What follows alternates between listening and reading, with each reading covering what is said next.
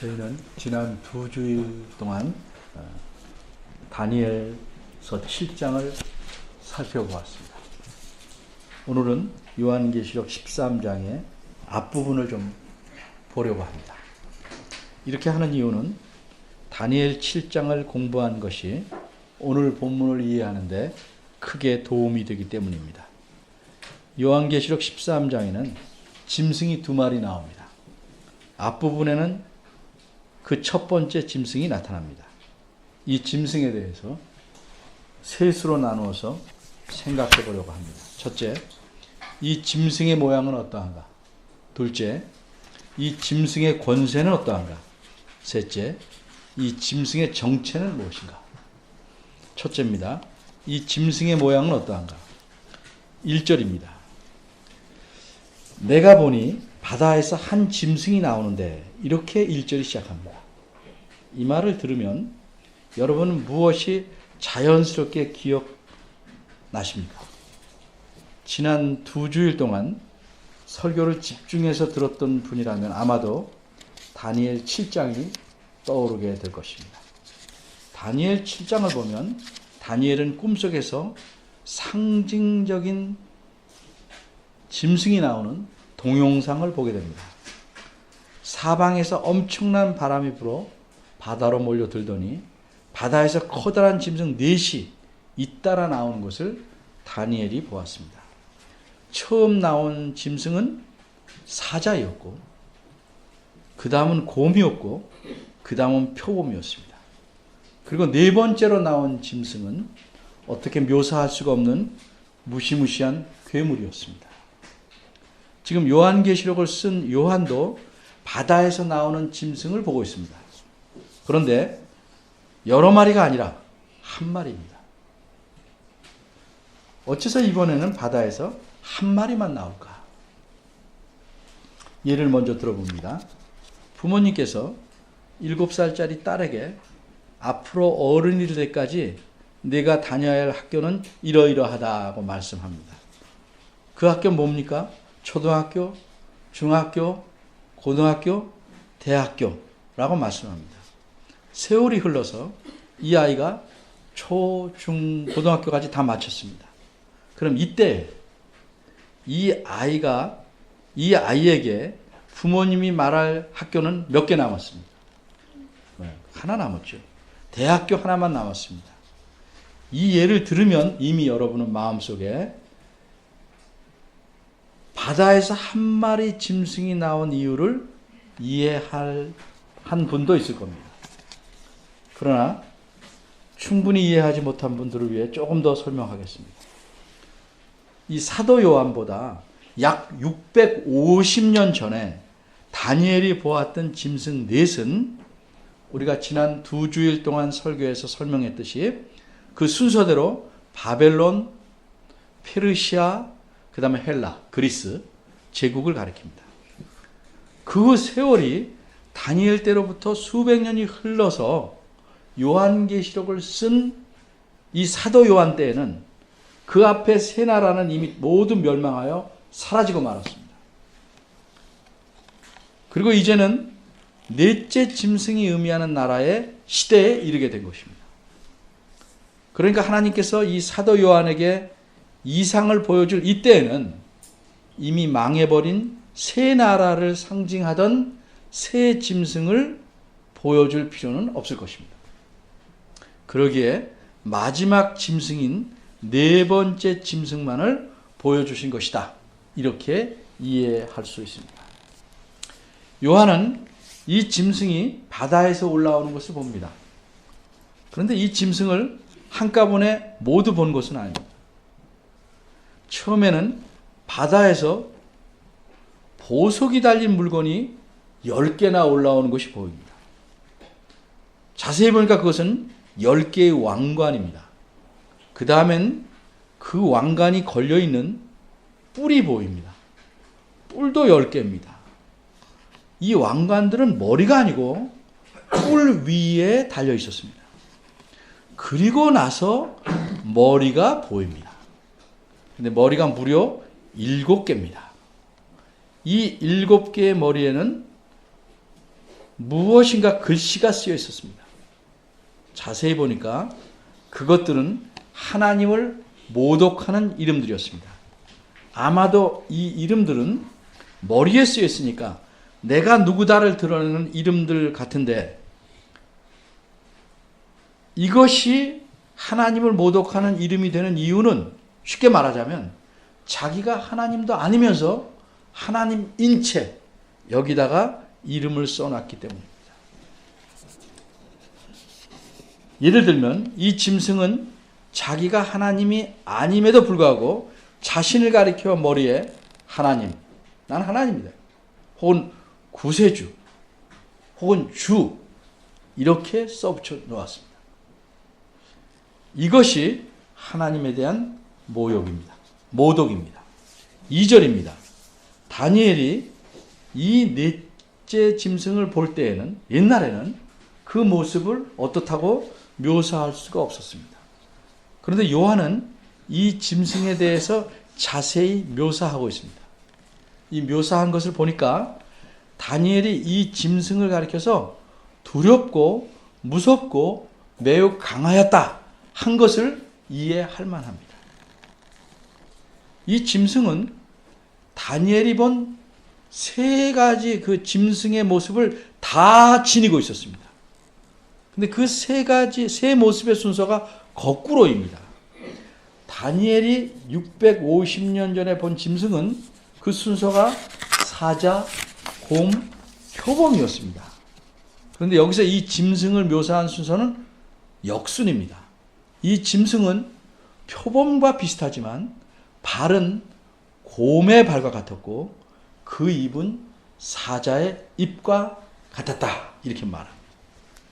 이게 요한이 본 짐승의 모양입니다. 둘째, 이 짐승의 권세는 어떠한가? 바다에서 나온 이 짐승은 그저 무력, 육체적인 힘, 그 힘만 센 것이 아닙니다. 이 짐승은 권력도 가지고 있었습니다. 쉽게 말해서 육체적인 힘만 세다면 무엇을 할 수 있겠습니까? 개인적인 일밖에 할 수 없습니다. 요새식으로 말하면 씨름이나 레슬링 선수, 유도 선수, 이런 것으로 유명해질 수 있을 것입니다. 그런데 육체적인 힘은 약하지만 그가 왕이라면 자신의 모든 권한을 막강하게 다 사용할 수 있을 것입니다. 이런 게 권력입니다. 그런데 이 짐승은 힘도 셀 뿐 아니라 엄청난 권력을 갖고 있었습니다. 이것을 2절에서는 권세라고 말하고 있습니다. 그럼 이 짐승이 이런 권세를 어디서 혹은 어떻게 얻었는가? 2절 끝부분입니다. 용이 자기의 능력과 보좌와 큰 권세를 그에게 주었더라, 이렇게 말합니다. 그러니까 이 짐승은 용에게서 큰 권세뿐만 아니라 용의 능력과 보좌까지 얻은 것입니다. 그럼 이런 권세와 능력과 보좌를 준 용은 무엇인가? 지난번 세 번째 특강 때에 용에 대해서 조금 설명했기 때문에 오늘은 용이 무엇인지를 간단하게만 말씀드리겠습니다. 요한계시록은 22장까지 되어 있는데 10반 잘라서 12장에서 22장 부분이 요한계시록의 후반부입니다. 이 후반부는 그 앞부분, 전반부인 1장에서 11장에 나타난 그 일들의 뒷면, 배후를 말씀하기 시작하는 부분입니다. 전반부는 어째서 교회를 세상이 핍박하는가 하는 문제를 집중적으로 다루고 있는데, 이것에 대한 근본적이고 본질적인 대답을 말해주는 부분이 후반부입니다. 그래서 용부터 등장합니다. 그럼 용은 누군가? 요한계시록 그 앞에 12장 9절을 보면 용에 대해서 분명히 이렇게 말합니다. 큰 용이 내쫓기니 옛뱀, 곧 마귀라고도 하고 사탄이라고도 하며 온 천하를 꿰는 자더라. 또 요한계시록 20장 2절에 보면 비슷한 말씀이 있습니다. 이 용이 붙잡히게 되는데 이 용을 가리켜 이렇게 말합니다. 용을 잡으니 곧 옛뱀이요, 마귀요, 사탄이라. 이제 우리가 이 두 구절을 통해서 분명히 알 수 있는 사실은 용은 사탄을 가리키는 상징적인 짐승이라는 겁니다. 그러기에 이렇게 그리스도를 대적하는 자, 사탄이 후반부의 처음인 12장부터 등장하게 되는 것입니다. 이로써 전반부에서 다루는 문제에 대한 답을 이렇게 제시하기 시작하는 겁니다. 교회가 이 세상에서 핍박을 당하는 까닭은 사탄이 그리스도를 대적하기 때문이다. 세 번째입니다. 그럼 이 짐승, 바다에서 올라온 이 짐승의 정체는 무엇인가? 이 짐승의 정체를 알기 위해 다니엘이 이 짐승에 대해 묘사한 내용을 다시 보아야 할 것입니다. 머릿속에 다 기억하고 있다면 안 봐도 되겠지만 그렇지 못하니까 한번 다시 생각해 봐야 됩니다. 다니엘은 자신이 보았던 넷째 짐승의 모습을 이렇게 묘사합니다. 넷째 짐승은 무섭고 놀라우며 또 매우 강하며 또 쇠로 된 이빨이 있어서 먹고 부서뜨리고 그 나머지를 발로 밟았으며 이 짐승은 전에 모든 짐승, 새 짐승과는 다르고 뿔이 10개가 있었더라. 이게 다니엘 7장 7절입니다. 그 뒤에서 다니엘 7장 뒤에서 또 이렇게 말합니다. 이에 내가 넷째 짐승에 관하여 확실히 알고자 하였으니 그것은 모든 짐승과 달라서 심히 무섭더라. 그 이는 쇠요, 그 발톱은 노신이 먹고 부서뜨리고 나머지는 발로 밟았으며 그것의 머리에는 10뿔이 있고 19절과 20절입니다. 다니엘서 7장. 이렇게 살펴볼 때 다니엘에게 보인 넷째 짐승의 겉모습은 머리에 10뿔과 쇠로 된 이빨과 노수로 된 발톱입니다. 그러면 사도 요한이 오늘 본문에서 본 넷째 짐승의 모습은 어떻습니까? 다니엘이 묘사한 것보다는 조금 더 자세하면서 다니엘이 묘사하지 않았던 내용이 드러납니다. 어떤 것인지 보겠습니다. 우선 뿔이 10개라는 건 같습니다. 그런데 이 뿔에 왕관이 있습니다. 전에 그 뿔이 왕을 가리킨다고 하니까 왕관이 있는 것은 자연스러운 겁니다. 근데 이렇게 왕관이 10개가 있는 것은 2절 후반절에서 보는 바대로 용이 자기의 보좌를 내주었기 때문입니다. 여기서 보좌란 단순히 의자가 아니고 왕이 앉는 의자입니다. 그러니까 이 짐승은 용에게서 왕의 직위를 받은 겁니다. 그러니까 짐승의 뿔마다 왕관을 갖게 된 것입니다. 그런데 사도 요한은 2절에서 다니엘이 묘사하지 못한 모습까지 좀 더 자세하게 묘사합니다. 어떻게? 발톱만 전에 얘기했는데 발도 고매발이고 입은 사자의 입을 가졌다. 그런 표범이다. 이렇게 묘사합니다. 여기까지는 그래도 그럴 수 있다. 전에 자세하게 못 본 거를 자세하게 말한다. 라고 이해할 만합니다. 그런데 크게 다른 점이 하나 있습니다. 머리는 7이다. 그럼 그 전에, 그 후에 머리가 6개가 어떻게 더 나왔나? 전에는 이 짐승의 머리가 하나였습니다. 근데 지금은 7개입니다. 과연 같은 짐승일까? 이걸 어떻게 설명해야 될까? 예를 먼저 들겠습니다. 어른들은 예를 들지 않아도 알겠지만 어린이들을 위해서 줍니다. 우리가 보기에 어떤 남자 어른과 조그만 아이가 같이 서 있는데 이 둘이 빼다 박을 만큼 생김새가 똑같습니다.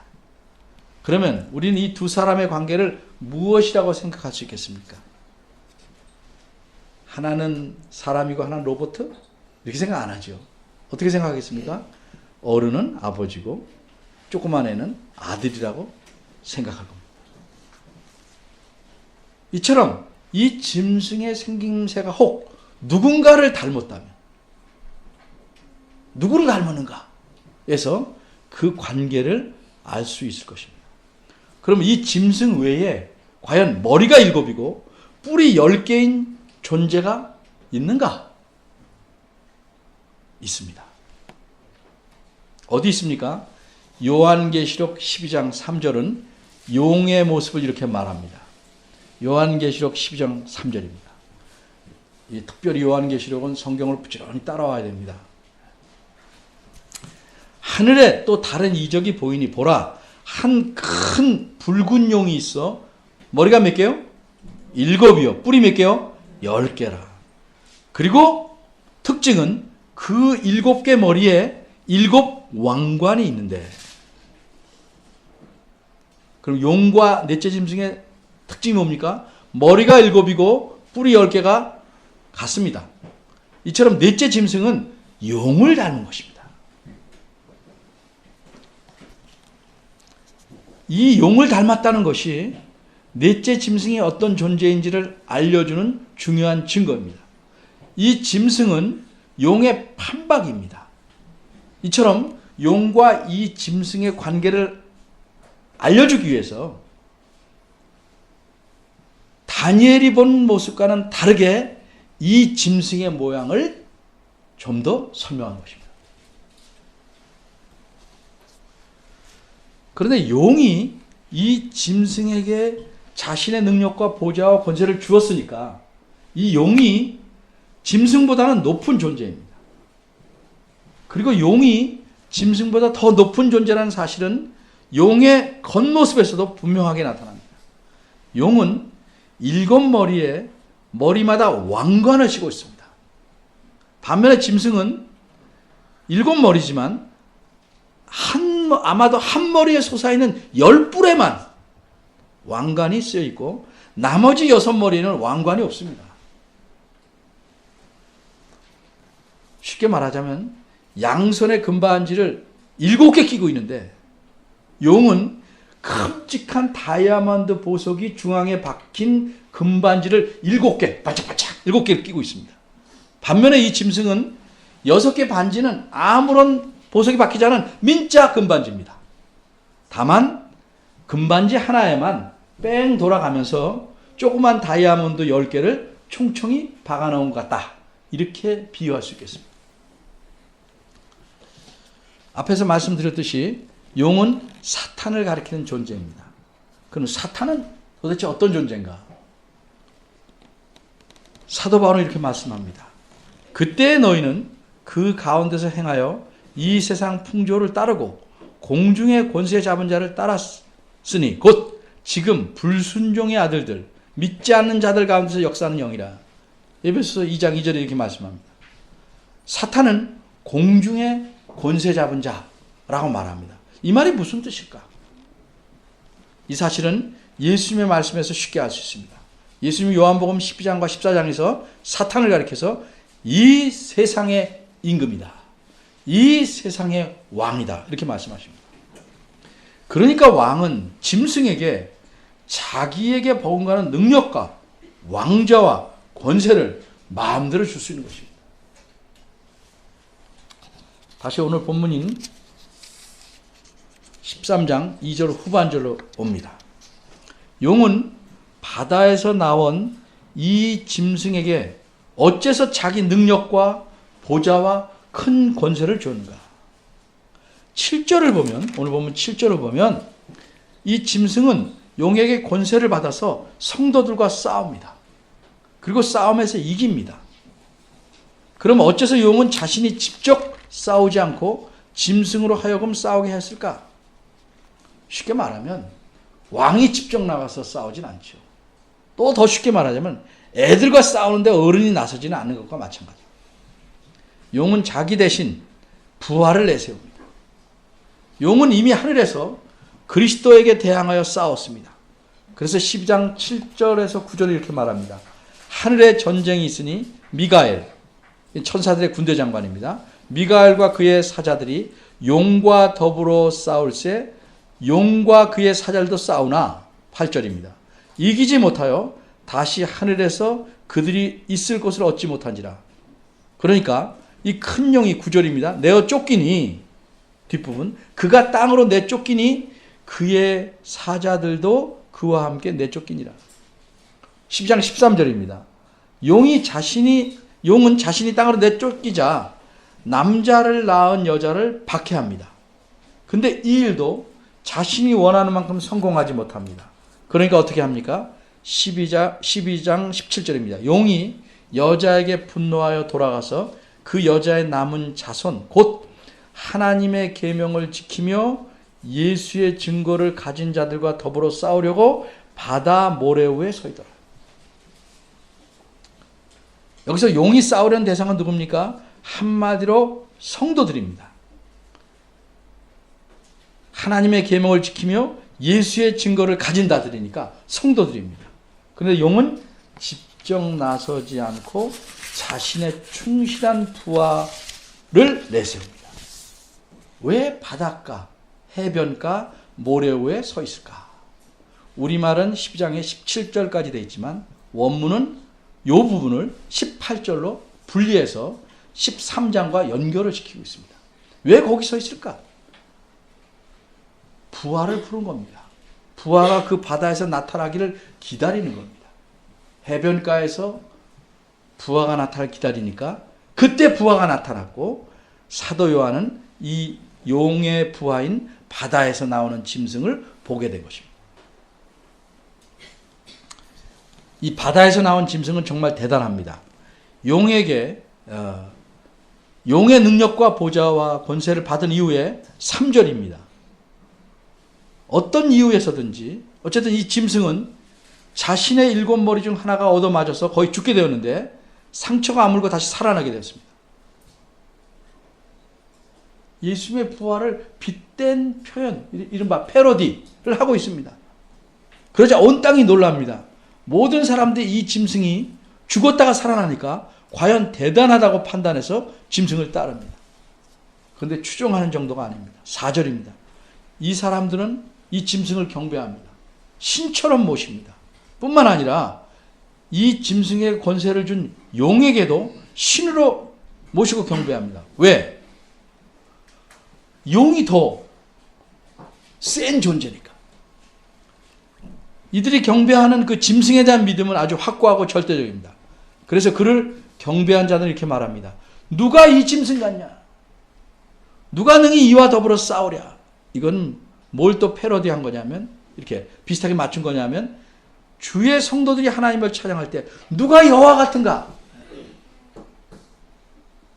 그것처럼 흉내내는 표현입니다. 5절을 생각해 보겠습니다. 근데 이 5절을 생각하기 전에 먼저 제가 읽어드리는 성경 말씀 한번 들어보십시오. 태초에 하나님이 천지를 창조하셨다. 이 말씀이 어디 나옵니까? 출애굽기? 네, 아니죠. 창세기 첫 구절이죠. 1장 1절입니다. 이것도 잘 아실 겁니다. 여호와는 나의 목자시니 내가 부족함이 없으리로다. 어디 나옵니까? 시편 23편. 뭐 23편 몰라도 시편에 나온다. 아시면 좋습니다. 근데 어떻게 이렇게 잘 아십니까? 그 정도 기본이라고요? 그래도 많이 들었으니까 기본을 알고 있는 거죠. 우리 교회에 익숙하기 때문입니다. 익숙하면 순서를 바꾸어도 그 말씀이 어디에서 나온 건지 알 수 있습니다. 어떤 사람이 이렇게 말했어요. 나는 말이야 여호와께서 내 목자이신 줄을 믿어. 그래서 내 삶에는 부족함이 없다고 생각해. 이렇게 말하면 여러분 어떻게 생각하겠어요? 아, 시편 23편 1절에 근거해서 저렇게 말했구나. 이렇게 생각하는 게 아주 자연스럽습니다. 우리가 어떤 성경 말씀을 아는 것은 많이 들어서 또 많이 읽어서 익숙하기 때문입니다. 성경을 더 많이 자세히 읽으면 훨씬 익숙해질 것입니다. 마찬가지로 오늘 5절, 6절, 7절은 우리들은 안 익숙할 수 있지만 요한계시록을 쓴 요한은 물론이고 요한계시록을 읽게 되는 분들이 상당수가 유대인들인데 그들은 구약을 부지런히 읽고 공부했기 때문에 이게 어디에서 나온 말씀인지를 쉽게 압니다. 익숙하니까. 근데 다행히 우리도 지난 2주간에 다니엘 7장의 설교를 들었으니까 오늘 본문 5절, 6절, 7절이 좀 덜 낯설 겁니다. 그래야 되는 겁니다. 먼저 오늘 본문 5절, 7절을 읽고 그 다음에 이 본문이 근거한 다니엘서 7장을 좀 살펴보겠습니다. 5절, 6절, 7절입니다. 자, 우리 같이 한번 읽어볼까요? 5절 시작. 또 짐승이 큰 말과 참남된 말 하는 입을 받고 또 42달 일할 권세를 받으니라. 6절입니다. 짐승이 입을 벌려 하나님을 향하여 회방하되 그의 이름과 그의 장막 곧 하늘에 거하는 자들을 회방하더라. 7절. 또 권세를 받아 성도들과 싸워 이기게 되고 각 족속과 백성과 방언과 나라를 다스리는 권세를 받으니. 이게 우리가 읽은 겁니다. 다니엘서 7장을 제가 읽습니다. 우선 25절 읽겠습니다.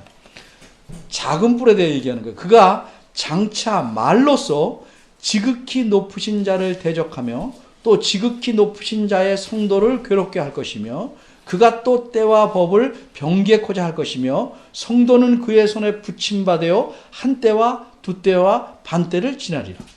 좀 들어본 것 같죠?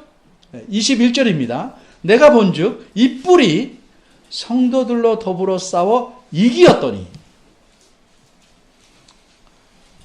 이 다니엘 7장의 25절과 21절 이 두 구절은 장차 넷째 짐승에게 나와 있는 그 작은 뿔이 행할 망령된 일에 대해 알려주는 겁니다. 이 작은 뿔은 지극히 높으신 자를 향하여 모독하는 말을 하고 성도들과 싸워 이기고 그들을 괴롭게 하고 핍박하는데 한 때와 두 때와 반 때를 그렇게 할 것이라고 말했습니다. 오늘 본문 5절에서 7절 내용은 다니엘 7장에서 이 작은 뿔이 행할 일들이 어떻게 이루어지는지를 자세하게 말씀한 것입니다. 따라서 5절 처음에 짐승이란 것은 작은 뿔을 가리킵니다. 이것이 1절에서 바다에서 나온 짐승입니다. 작은 뿔은 넷째 짐승에 속해 있기 때문에 이 짐승의 특성을 갖고 있으면서 동시에 작은 뿔 자체의 특성을 갖는 것입니다. 한때, 두때, 반때를 다니엘서 말한, 여기서는 뭐라고 말했습니까? 5절에 42달이라고 말했습니다. 42달. 1년이 12달이니까 계산하면 어떻게 됩니까? 3년 6개월입니다. 물론 이것이 실제적으로 3년 6개월인지 아닌지는 좀 더 다음에 생각해 보기로 하겠습니다. 그러나 하나 분명한 사실은 작은 뿔이 성도들을 지배하고 온 세상을 지배하는데 영영토록 지배하는 것이 아니라 42달이라고 표현된 것처럼 정해진 기간 동안만 그렇게 할 수 있다는 사실입니다. 5절, 6절, 7절에는 받았다는 말이 4번 나옵니다. 누가 주니까 받게 된 겁니다. 누가 주었을까? 누가 주었는지 주어가 안 나타나는 것을 성경에서는 신적 수동태라고 말합니다. 무슨 얘기냐면 하나님을 당연히 주어로 간주하는 것입니다. 그러게 이 작은 뿔에게 이런 권세를 주신 분은 용이 아니고 누구예요? 하나님이십니다. 우리 여기서 궁금증이 생깁니다. 어째서 하나님은 그런 권세를 작은 뿔에게 주셔서 성도를 괴롭히게 할까? 성도가 괴롭힘을 당할까? 핍박을 당할까? 그 이유는 본문에서 말씀하지 않으므로 오늘은 다루지 않겠습니다. 8절입니다. 이렇게 작은 뿔이 승리하고 온 세상을 다스리는 권세를 가진 왕으로 세상을 지배하게 되니까 어떤 일이 벌어지는지 알려줍니다. 온 세상의 사람들, 이 세상에 사는 모든 사람들이 그를 무엇처럼? 신처럼 섬기게 됩니다. 근데 그렇게 하지 않는 사람들도 있었습니다. 그들이 누굽니까? 어린 양의 생명책의 농명이라는 건 이름이 기록된단 말이에요. 그러니까 그 이름이 기록된 자들입니다. 어린 양은 누굽니까? 여기 보면 어린 양은 죽임을 당한 어린 양이 여기 있어요. 누굽니까?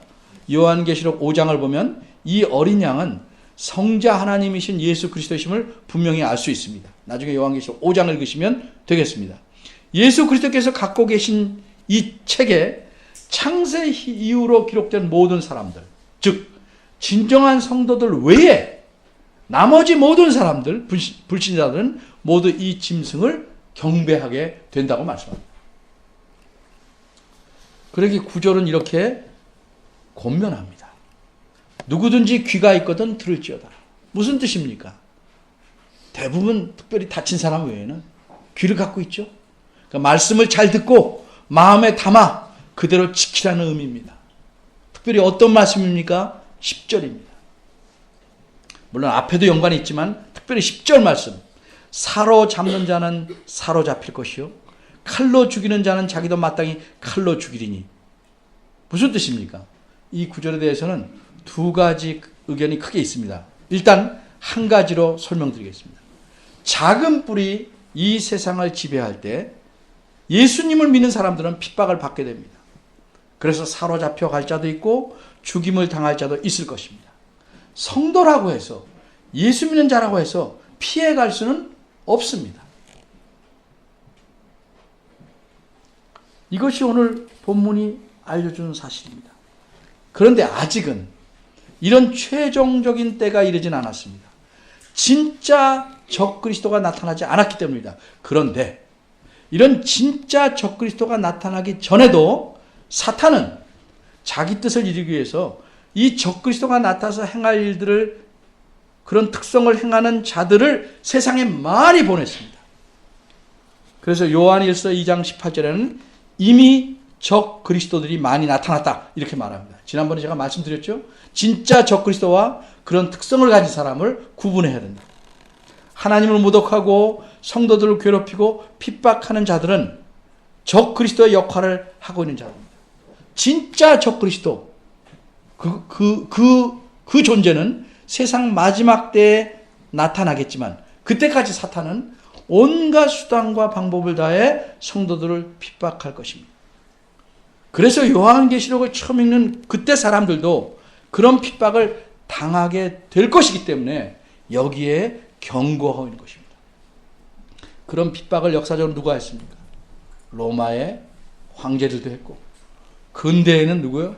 히틀러도 했고.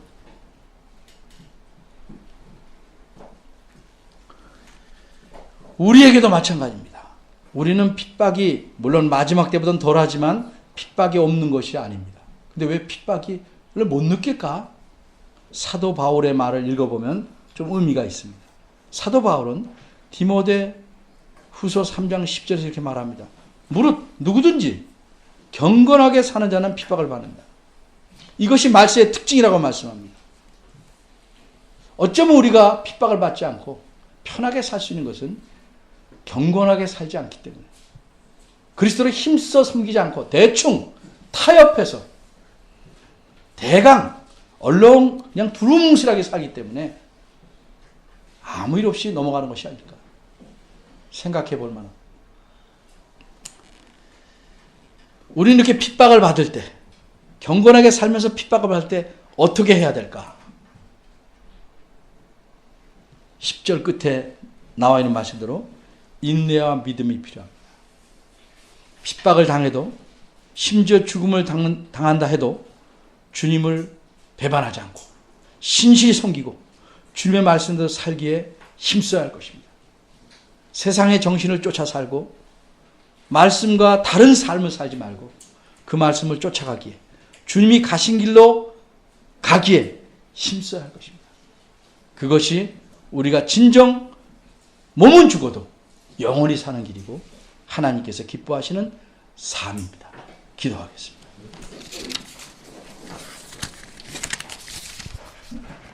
하나님, 저희들의 믿음이 연약함을 용서하여 주옵소서. 과연 핍박이 강해져서 저희에게 온갖 희생과 고난을 요구할 때 우리가 믿음을 지킬까? 그리스도를 부인하면 모든 것을 주마 유혹할 때 과연 우리가 그렇게 할 수 있을까? 저희들을 긍휼히 여겨주시고 우리에게 주신 믿음을 끝까지 붙잡고 신실하게 살아가는 저희들 되길 원하오니 주여 저희를 긍휼히 보시고 저희 안에 심겨진 믿음이 더욱 튼튼하게 자랄 수 있도록 이끌어 주시고 저희도 이 믿음을 간절한 마음으로 붙잡고 살아가게 하시옵소서. 예수님의 이름으로